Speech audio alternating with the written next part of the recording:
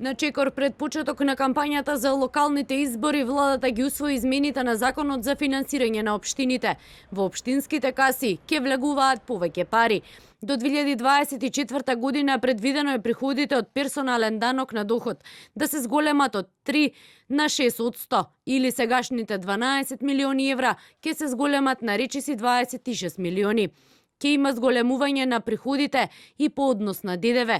И во овој случај за 50% повеќе пари ќе влезат во општините до 2024 од она што го добиваат до сега.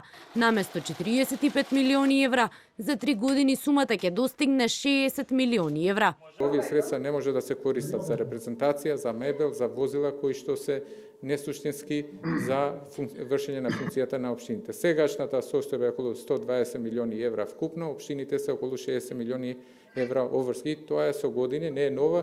Со оваа преводна одредба ќе се решава и овој проблем и системски се очекува во наредниот период да се стабилизираат финансиите на општините и да можат да искористат други можности за финансирање за развој на општините, инвестиции во инфраструктура и други капитални проекти. Од ВМРО ДПМН е со обвинувања до власта.